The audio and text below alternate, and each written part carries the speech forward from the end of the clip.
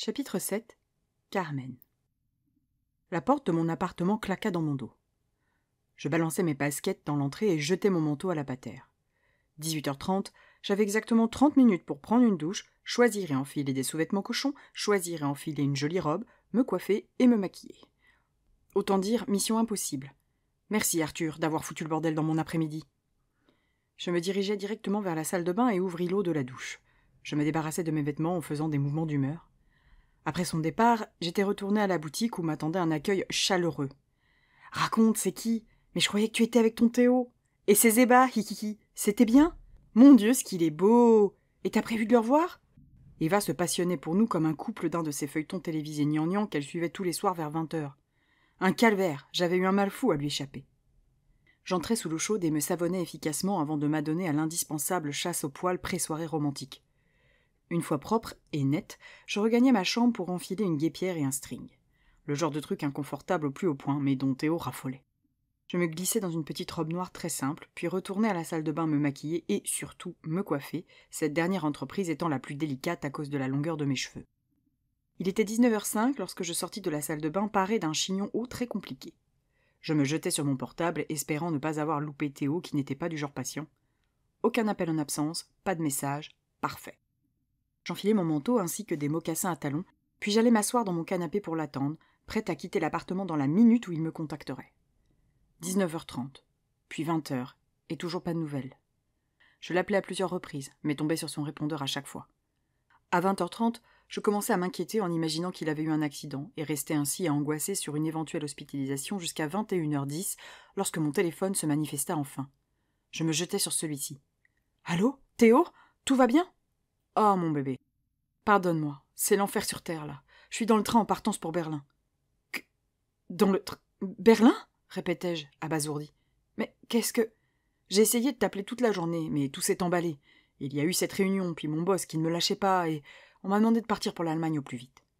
Je restais stoïque sur mon canapé, écartelé entre la joie de le savoir sain et sauf et la colère à l'idée de me faire salement planter après tous les efforts que j'avais faits pour être prête à l'heure.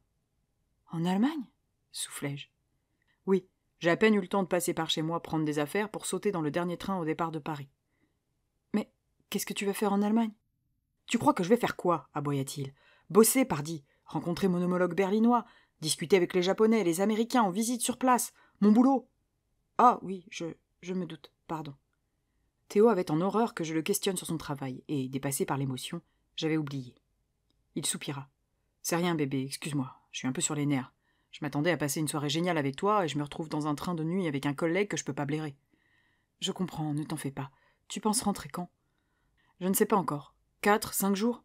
Une semaine peut-être. »« Une semaine ? » ?»« Waouh !» fis-je sous le choc. « Je sais, mon amour. Je suis tellement désolée de te laisser en plan comme ça, Pardon, je ne te mérite vraiment pas. Ne dis pas ça, Théo, je comprends. Ton travail d'abord. On a le temps et 5 jours, ce n'est pas si long.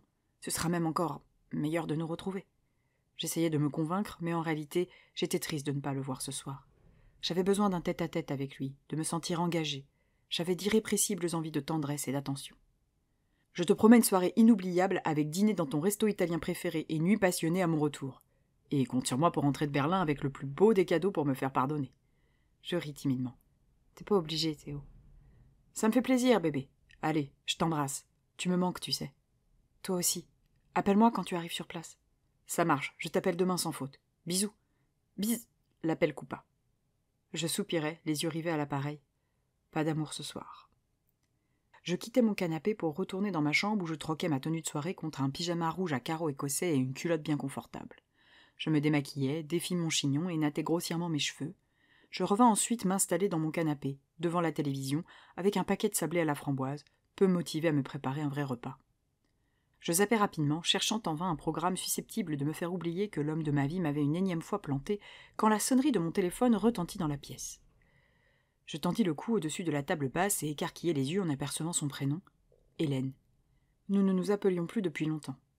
À cette heure tardive, avait-elle un problème ? J'attrapai l'appareil et décrochai sans attendre. « Allô ? Allô, Lisa, c'est moi. Comment tu vas ?» gazouilla-t-elle.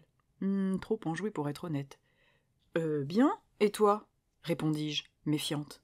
Elle ne semblait ni inquiète ni en proie à la panique.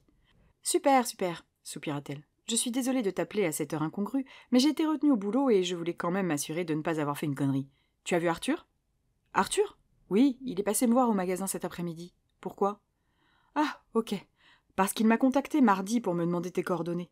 Il m'a dit qu'il avait partagé un super moment avec toi samedi et qu'il souhaitait te remercier. Du coup, je lui ai filé ton numéro. Mais là, il s'est embarqué dans un discours compliqué pour m'expliquer qu'il n'aimait pas l'idée de t'appeler, parce que si tu ne lui avais pas donné ton numéro ce soir-là, c'était que quelque part, tu n'avais pas envie qu'il t'appelle et que, en conséquence, il ne pouvait pas se permettre de... Elle soupira. Enfin, t'as compris, hein. C'était long et chiant. Du grand Arthur. Du coup, j'ai préféré lui filer l'adresse de ton boulot plutôt que celle de ton appartement. Ah oui, tu as bien fait. Ouf, j'avais peur d'avoir fait une bêtise. Je souris, le regard perdu dans le vide. Non, ne t'en fais pas, c'est un gentil garçon. L'image de cet après-midi, lui éblouissant après m'avoir offert son si délicat camélia, surgit dans mon esprit. Incroyable, Arthur. Hélène gloussa.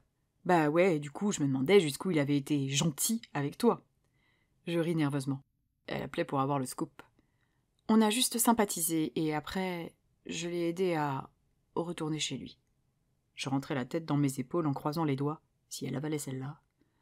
Ah, c'est tout? Fit-elle, déçue. Remarque, c'est Artie, hein. Je me redressai sur mon canapé, piqué par la curiosité. Ah? J'ai jamais pigé à quoi il fonctionnait. Un de ses potes nous a dit qu'il l'avait déjà vu avec des filles, mais quand ma sœur a tenté sa chance, il lui a bien fait comprendre que c'était sans espoir, alors on en a conclu que les filles, ça ne devait pas être son truc. Je plantai mes incisives dans ma lèvre inférieure pour m'empêcher de sourire trop franchement. La sœur d'Hélène était splendide, une déesse, courtisée qui plus est. Alors apprendre que moi, le vilain petit canard, j'avais triomphé là où elle avait échoué, quelle satisfaction. Franchement, vous étiez tellement trognon samedi, poursuivit-elle. Je me suis dit que t'avais réussi à lui faire virer sa cutie. Tant pis, je dirai à Ethan qu'il peut tenter sa chance. Il va être ravi. Je fis une grimace de dégoût. L'idée qu'Ethan tente de séduire Arthur ne me plaisait pas beaucoup. J'avais croisé le susnommé à l'anniversaire d'Hélène et je l'avais trouvé beau, mais vide, bruyant et vulgaire. Arthur méritait mieux. Il n'a pas d'étiquette, expliquai-je naïvement à Hélène. Hein? Le rouge me monta jusqu'aux oreilles. Oui, il aime tout le monde. Hélène gloussa. Elle avait compris. Pas donne des détails! C'était bien? Je ne savais pas trop quoi répondre. Je levai le nez vers la fenêtre de la cuisine et aperçus une étoile qui scintillait au loin dans la nuit. Lisa? M'appela Hélène. C'était merveilleux, reconnus-je dans un murmure. De doux souvenirs me revinrent en mémoire. Des rires, de tendres baisers, des regards puissants, de la poésie, des fleurs, un corps à corps intense, et une nuit blottie dans ses bras. Wow! Je secouai la tête pour me reprendre. Quoi? Je croyais que c'était qu'un plan cul, mais ça a l'air un peu plus sérieux que ça. Vous avez prévu de vous revoir? Je m'étranglais avec ma propre salive. Non, non, non! C'est juste un soir comme ça! J'inspirais profondément. Théo m'a rappelé. Il y eut un blanc. Oh non, merde, Lisa, ne me dis pas que t'as pardonné. Il a changé, Hélène. Je te jure qu'il a changé. Il m'a expliqué qu'il avait traversé une période de doute sur lui-même et qu'il avait eu besoin de se rassurer, de retrouver confiance en lui, mais qu'il avait compris que c'était avec moi qu'il voulait que blablabla, braillait-elle en continu à l'autre bout du fil. Je soupirais, les épaules basses. Lisa, gronda-t-elle, je te jure que si je pouvais reprendre la conversation d'il y a 3 mois, quand il est revenu vers toi, tu t'apercevrais qu'il t'avait servi exactement le même vomi. J'ai envie d'y croire, protestai-je d'une toute petite voix. Bordel, mais pourquoi tu vois pas qu'il se fout de ta gueule? Pourquoi tu ne réalises pas que tu vaux 1000 fois mieux que ce cloporte? Ça fait 3 ans, Hélène, c'est le bon. Le bon? Mais non! 1 milliard de fois non! Et 3 ans, c'est rien dans une vie. Ça vaut carrément le coup de tout envoyer valser pour reconstruire avec quelqu'un de bien. Théo est quelqu'un de bien, le défendis-je. Il a vécu des choses difficiles et il a du mal à comprendre la stabilité. Mais je lui apprends. Mon ami d'enfance souffla bruyamment. Dès que tu as besoin, tu m'appelles, ok? À n'importe quelle heure du jour ou de la nuit, je débarque pour te consoler. Ou aller lui botter le cul. Au choix. Je me mordis la lèvre. J'aurais dû lui rire au nez en lui disant que je ne la contacterais jamais, car tout ça c'était du passé et que tout avait changé. J'aurais dû pouvoir me pavaner en lui jetant mon bonheur à la figure et lui affirmer que plus jamais il ne m'abandonnerait, puisqu'il me l'avait promis. Mais comment lui faire croire cela alors qu'il m'avait déjà salement laissé tomber ce soir? Ok, me contentai-je de répondre. Allez, je vais te laisser. Mon train ne va plus tarder. Tu m'appelles quand tu as envie qu'on se voie, hein? Ça marche. Bonne nuit et à bientôt. À bientôt. Je reposai mon portable sur la table basse. Hélène ne pouvait pas comprendre. Elle ne connaissait pas suffisamment Théo. Je me levai et récupérai le DVD de New York Miami, rangé à sa place sur une étagère.